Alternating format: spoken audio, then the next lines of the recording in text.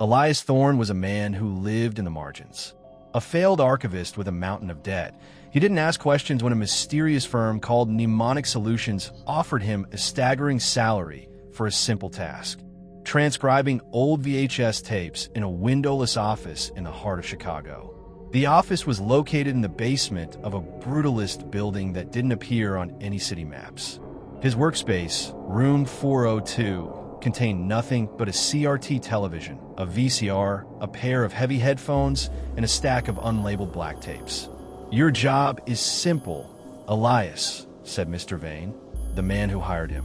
Vane was unervingly symmetrical, wearing a gray suit that seemed to absorb the light. "Watch the footage. Type exactly what you see and hear. Do not interpret.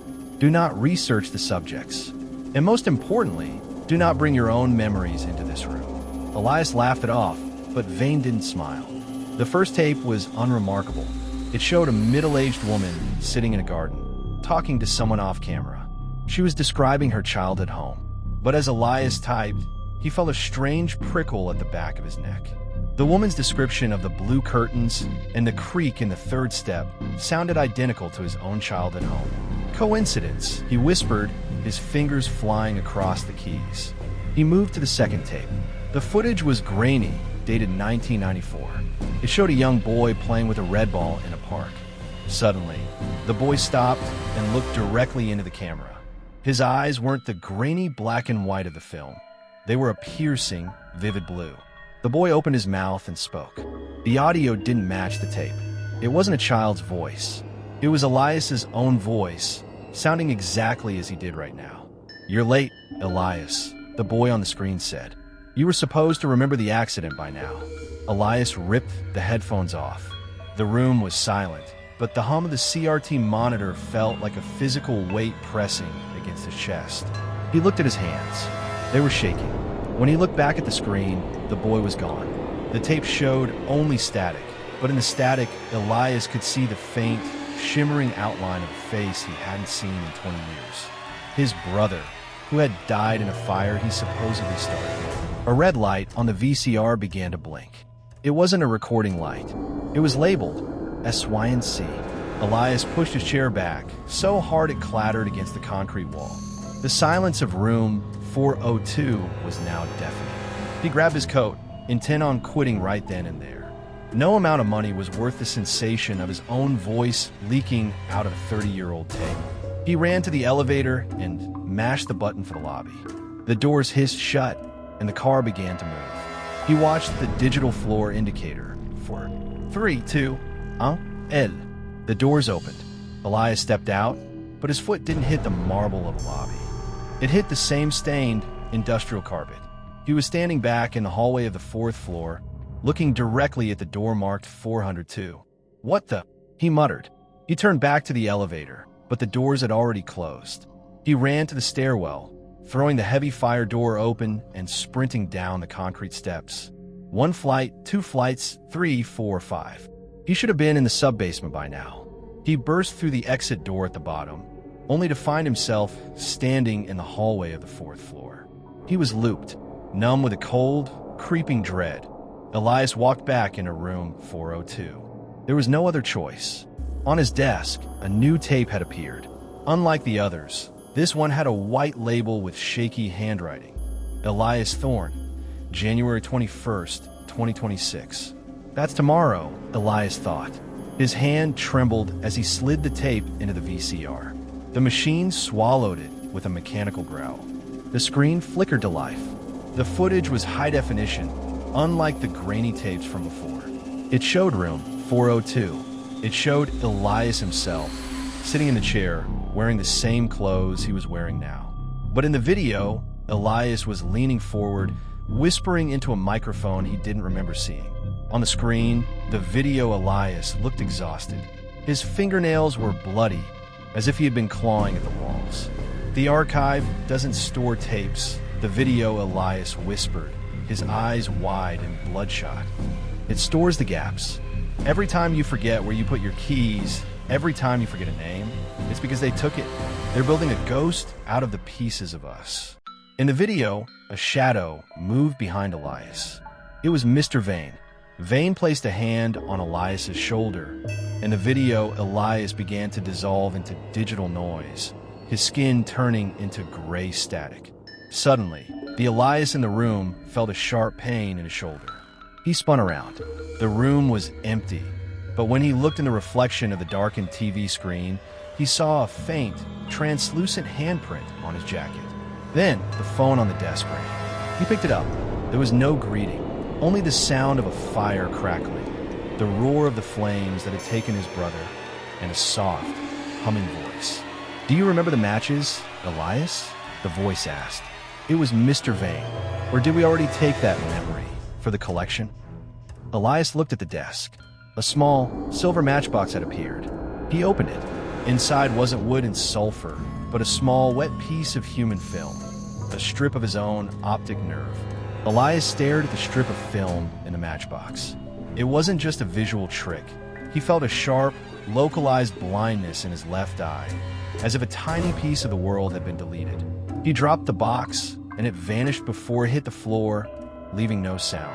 He rushed to the small mirror in the corner of the room. What he saw made his stomach turn. His reflection was delayed. When Elias touched his face, the man in the mirror waited a full second before mimicking the gesture. Even worse, Elias's skin was losing its opacity. Beneath the surface of his hand, he couldn't see veins or bone. Instead, he saw a flickering gray fuzz, like the snow on an untuned television. He was becoming a low-resolution version of himself. "I'm not real," he whispered. "They're transcribing me into the system." Panicked, he began to tear at the room, looking for a way out that wasn't the looped hallway. Behind a heavy filing cabinet, he found a loose ventilation grate. It smelled of ozone and ancient, rotting paper. With the strength of a man who has nothing left to lose, he kicked the grate in and crawled into the dark, metal throat of the building.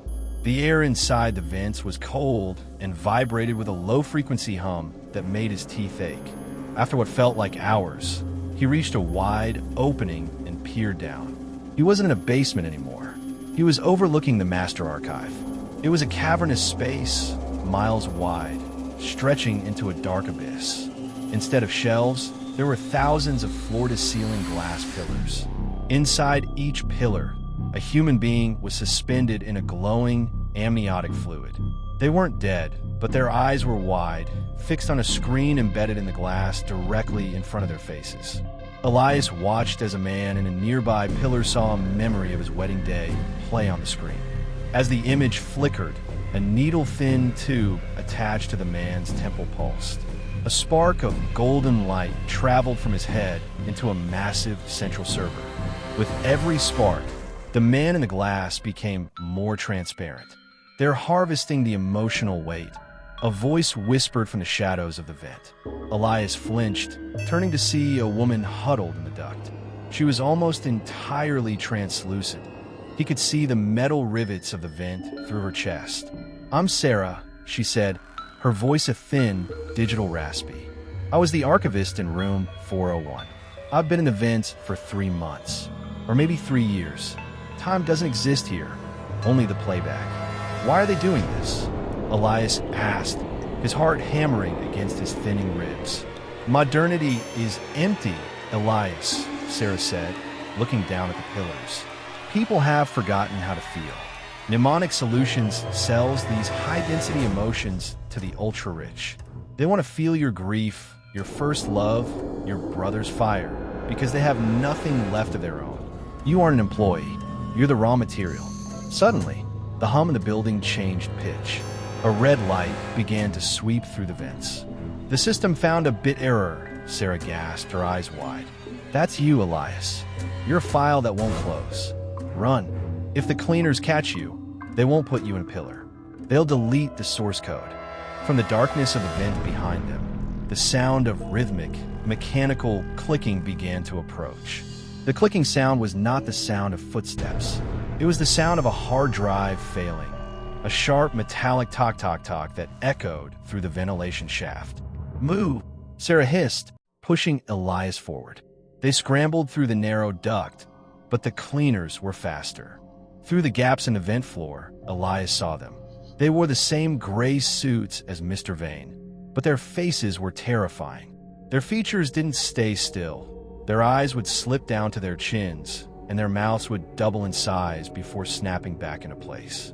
They moved with a frame rate stutter, teleporting 3 feet forward for every step they took. One of the cleaners reached up and punched through the metal of the vent.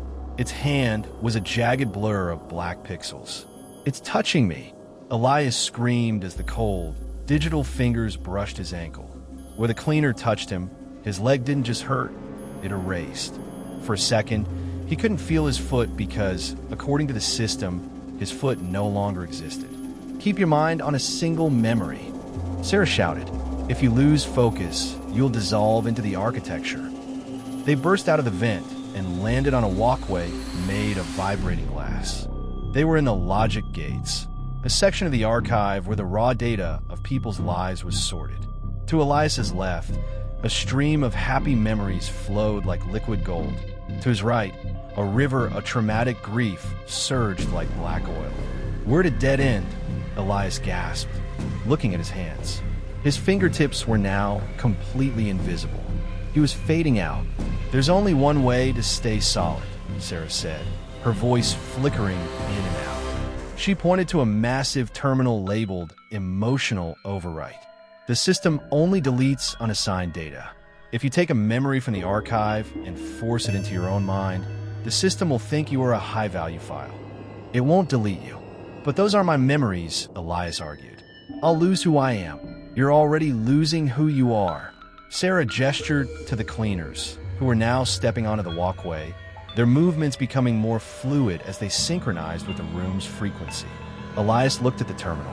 He saw a glowing blue data cube labeled Subject 091, First Kiss. Next to it was a dark, heavy one. Subject 442, Moment of Sudden Loss.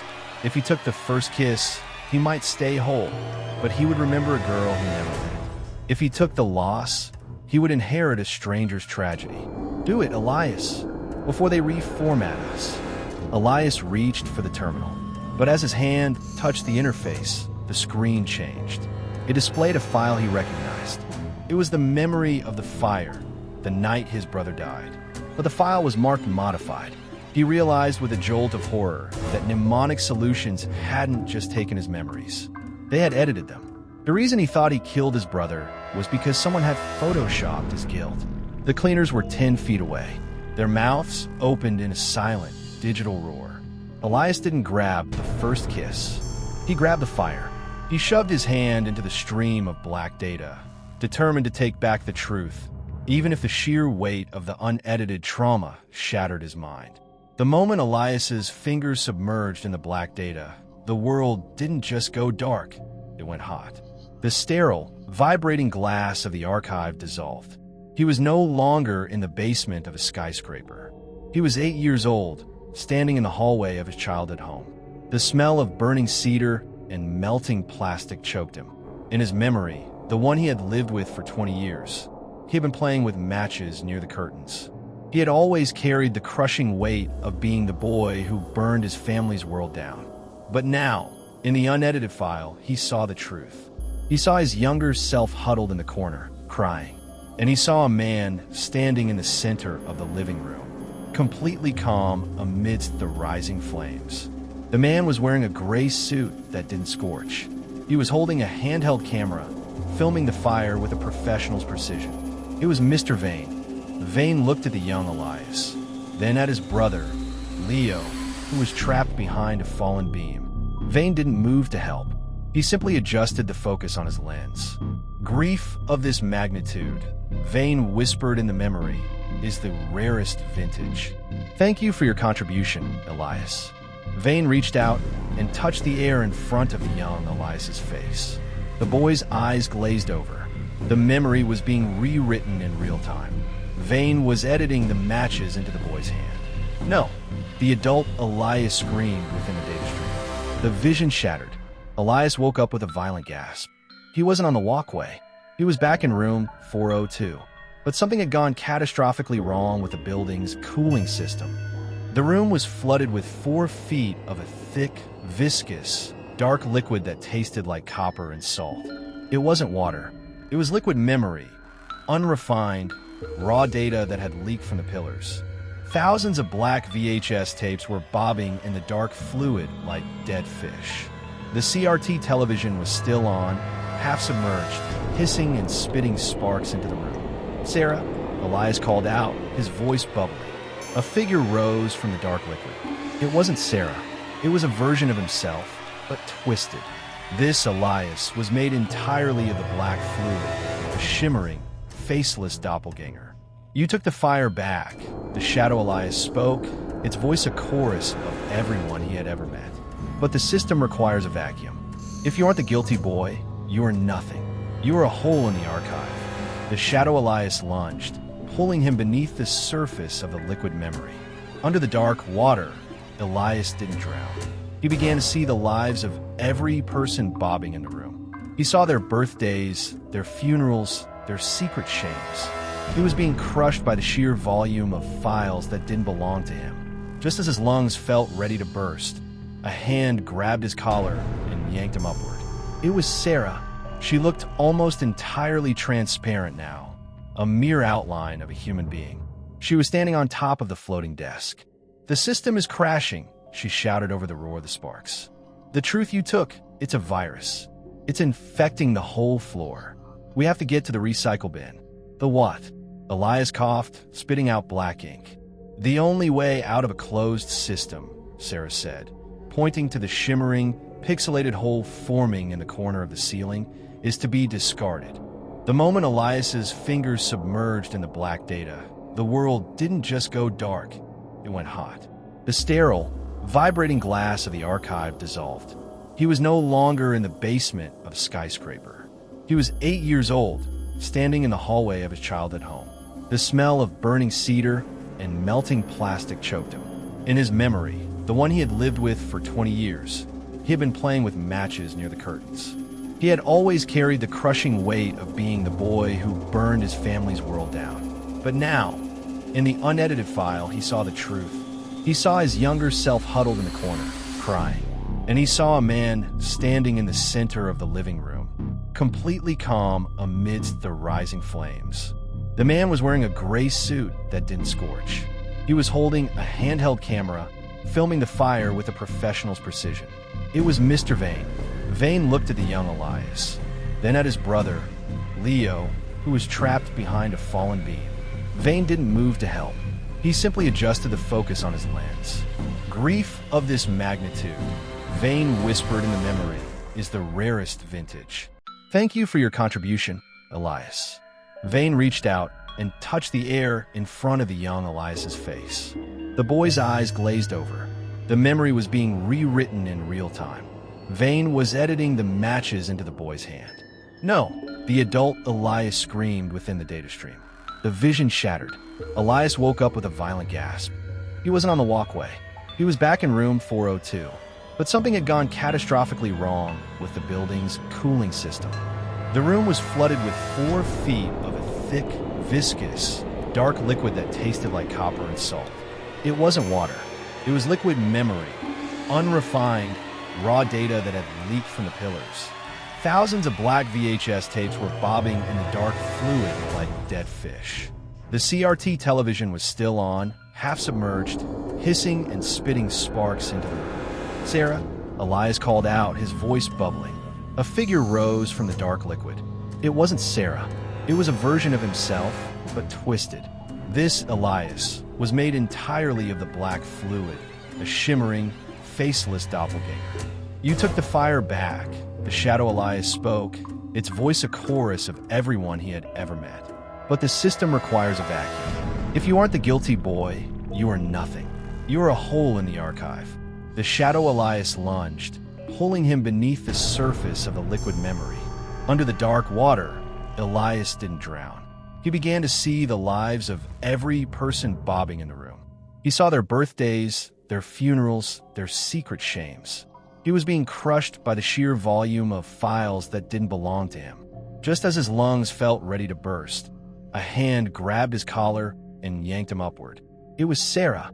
She looked almost entirely transparent now, a mere outline of a human being. She was standing on top of the floating desk.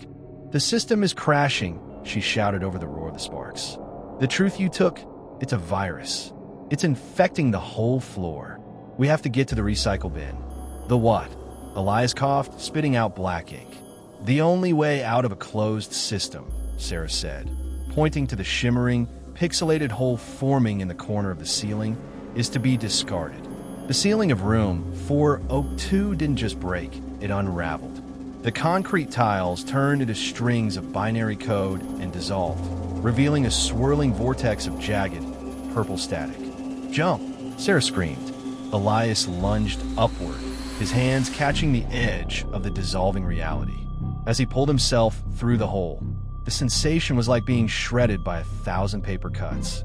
His body felt like it was being compressed into a single line of text, and then expanded back into 3 dimensions. He landed hard on a surface that felt like dry, brittle parchment. When he opened his eyes, he wasn't in a building anymore. He was in the waste. It was a vast, gray desert under a sky the color of a bruised television screen, static-filled and flickering. The dunes weren't made of sand. They were piles of discarded letters, broken toys, and millions of tangled magnetic tapes that hissed in the wind. "Where are we?" Elias asked, helping Sarah up. She was so faint now that she felt like a breeze against his skin. "This is the recycle bin," Sarah whispered. "The place where Mnemonic Solutions dumps the noise. The things that didn't sell. The memories that were too broken, too sad, or too honest to be used by the rich." In the distance, Elias saw silhouettes moving through the mounds of trash. They weren't cleaners. They were people, hundreds of them. They moved slowly, picking through the debris. As they approached, Elias realized with a jolt of horror that these were the subjects from the tapes. He saw the woman from the garden in tape 1. She was sitting on a pile of discarded chairs, holding a handful of gray dust. "I remember the blue curtains," she was muttering to herself over and over. "I remember the curtains, but I don't remember my name." "They've been hollowed out," Sarah said. "Once the archive harvests the emotional core, the person is discarded here. They're just empty shells holding onto the few scraps of data the system didn't want." Suddenly, a massive shadow loomed over the gray horizon. A giant mechanical crane, a data scrubber, was sweeping across the desert, its claw picking up entire mounds of waste and dropping them into a glowing white furnace in the distance. "It's a scheduled deletion," Sarah gasped. "We're not safe here. If we get caught in the sweep, we'll be erased for good. But there has to be an exit." Elias shouted. "There is," a voice boomed behind them. Elias turned to see a man sitting on a throne of old CRT monitors. It was the boy from the second tape, the one with the blue eyes, but he was now an old man, his skin etched with lines of code.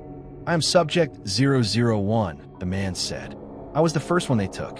I've been here since the system was built." "You brought the fire back with you, didn't you, Elias?" Elias nodded, his chest tightening. "The fire is a master key," the old boy said, pointing toward the white furnace. "That isn't just a fire. It's the external port. It's where the data leaves this world to be deleted. If you can jump into the fire while holding the unedited truth, you won't be erased. You'll be extracted, but you have to carry everyone with you." The ground began to shake as the giant crane moved closer. The sky of the recycle bin turned a violent, flickering crimson as the giant scrubber crane drew closer. Its mechanical talons scraped against the floor of the world, a sound like 1,000 knives on a chalkboard. Elias looked. Sarah pointed at the furnace. "The flames are white. They aren't heat, they're erasure." Subject 001, the old boy, grabbed Elias by the shoulder. "The fire you carry isn't just a memory of a burning house anymore. In this digital hell, it's a logic bomb. If you ignite these discarded tapes, you'll create enough noise to crash the scrubber and blow a hole in the external port." Elias looked at the thousands of hollowed-out people around him. They were the trash of a world that only valued the highlights of a life. He felt the weight of the matchbox in his pocket, the one containing the unedited truth. He knelt down, pressing the matchbox against a mountain of tangled VHS tape. He didn't need a flame. He needed to remember the heat. He closed his eyes and summoned the raw, agonizing smell of the cedar wood burning and the scream of his brother. A spark of orange light leapt from his fingertips. Suddenly, the air froze. The mechanical crane stopped mid-sweep. The static in the sky went silent. Walking across the dunes of discarded memories, looking perfectly out of place in his crisp gray suit, was Mr. Vane. He wasn't stuttering like the cleaners. He was the most solid thing in the room. Enough of this melodrama, Elias, Vane said, his voice smooth and terrifyingly calm. You're about to destroy a multi-billion-dollar infrastructure for a pile of corrupted data. These people, they are null values. They don't matter. They matter to themselves. Elias roared. Vane stopped 10 feet away. He reached into his pocket and pulled out a small, glowing gold tape. Let's make a deal. I can't have you crashing the system. If you stop now, I will give you this. It's the ultimate edit. Vane held it up. In this file, the fire never happened. Your brother Leo is alive. He's a doctor. He has a family. And you aren't a failed archivist. You're a successful man with a whole heart. I can write you into a perfect life. All you have to do is let the scrubber finish its work. Elias looked at the tape. He could see his brother's face through the translucent casing. The temptation was a physical pull, a hunger to stop the pain that had defined him for 20 years. Elias, don't listen. Sarah cried out, her voice barely a whisper as she began to drift toward the scrubber's magnetic pull. A perfect life built on a lie is just another cage. 10 seconds, Elias, Vane said, checking his watch. Choose the brother you love, or these strangers who don't even know their own names. Elias looked at the old boy, then at the woman who couldn't remember her curtains. He looked at his own hands, which were now almost entirely made of gray static. My brother died a hero trying to save me, Elias said, his voice trembling. If I take your deal, I kill him a second time by making him a ghost in your machine. Elias didn't take the gold tape. Instead, he slammed his fist into the pile of magnetic tape, releasing the full, unedited trauma of the fire. Burn! The recycle bin didn't catch fire. It exploded into a storm of golden data. The explosion wasn't made of heat, it was made of information. The logic bomb ripped through the recycle bin, turning the gray wasteland into a kaleidoscopic storm of every stolen moment. The giant scrubber crane groaned as its gears melted into liquid binary, and the white furnace of the external port began to crack, leaking a blinding, pure light. Hold on, Elias shouted, grabbing Sarah's flickering hand. They weren't falling, they were being uploaded. The storm carried them out of the basement, through the nerves of the skyscraper, and into the global network. Elias felt himself being shredded across 1,000 fiber optic cables. He saw the world through the eyes of the internet. He was in the security cameras of London, the bank servers of Tokyo, and the private smartphones of millions. He was no longer a man. He was a ghost in the machine. Elias. Look, Sarah pointed. They were drifting through a digital void, but they weren't alone. The thousands of hollowed souls from the recycle bin were flying with them, shimmering like a trail of stars. Because Elias had used the unedited truth, they weren't just data anymore. They were regaining their weight. But the system was fighting back. From the darkness of the network emerged the firewall. It wasn't a wall, but a colossal multi-limbed entity made of red code and jagged shards of glass. It moved with a terrifying mathematical precision, its arms reaching out to snip the threads of the escaping souls. Unauthorized transfer detected. A voice boomed. It was Vane's voice, but magnified 1,000,000 times. Initiating system purge. We can't outrun it, Sarah cried. Her form was stretching, being pulled apart by the speed of the data transfer. It's going to delete us before we reach the physical interface. Elias looked around. They were passing through a massive server hub, the physical brain of Mnemonic Solutions. He saw a row of blank slates, synthetic biomechanical bodies kept in vats of nutrient gel, waiting to be filled with the memories the company sold to the rich. There, Elias signaled toward the vats. If we can jump into those shells, the firewall can't delete us. We'll have physical weight again. but there were only a few vats, and thousands of souls were screaming in the wind. "Sarah, go!" Elias pushed her toward a vat labeled Prototype B. "What about you?" she shouted as she began to dissolve into the biogel. "I have to hold the gate open." Elias realized that someone had to stay in the code to keep the firewall occupied while the others escaped. He turned to face the red giant of the firewall.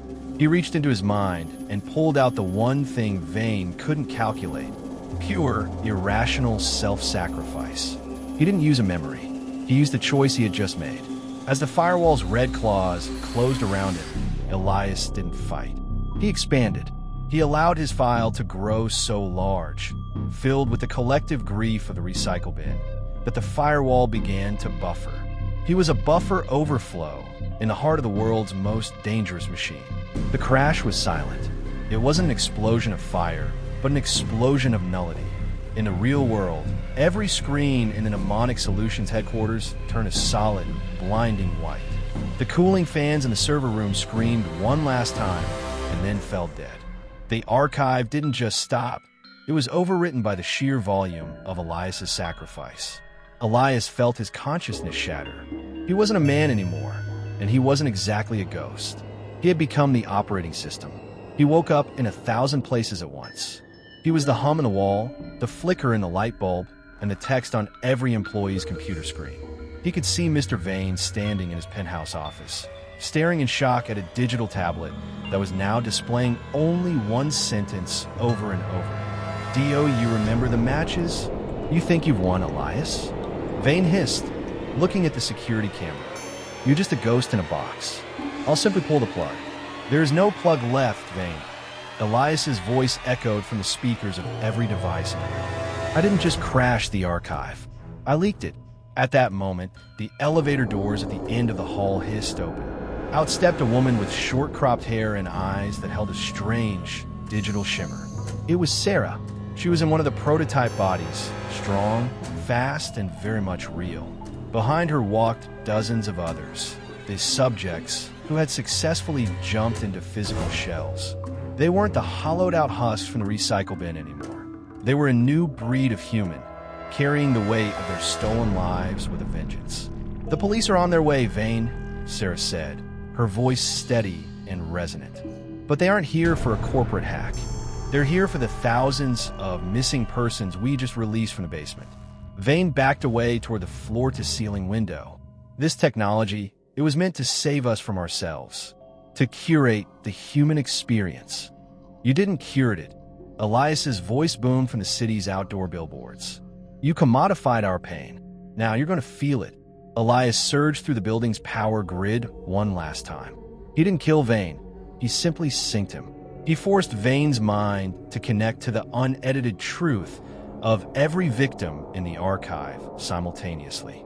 Vane fell to his knees, his eyes rolling back as 20,000 years of collective grief, first heartbreaks, and final breaths poured into his brain. He didn't scream. He simply stared, overwhelmed by the reality he had tried to sell. The Mnemonic Solutions building was eventually condemned. The world moved on, but the world was different. People reported hearing whispers from their devices, not advertisements, but reminders. A voice that would tell them to call their parents, or to cherish a sunset, or to never forget the smell of childhood home. Sarah moved to the coast, helping the rebodied adjust to their new lives. They were a secret society, the living memories of a lost era.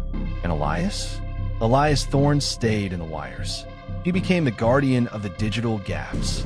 Whenever the world got too cold, or whenever someone felt like they were dissolving into the static of modern life, a small spark of orange light would flicker on the screen. A reminder that even in a world of code, the fire of the truth can never be fully deleted.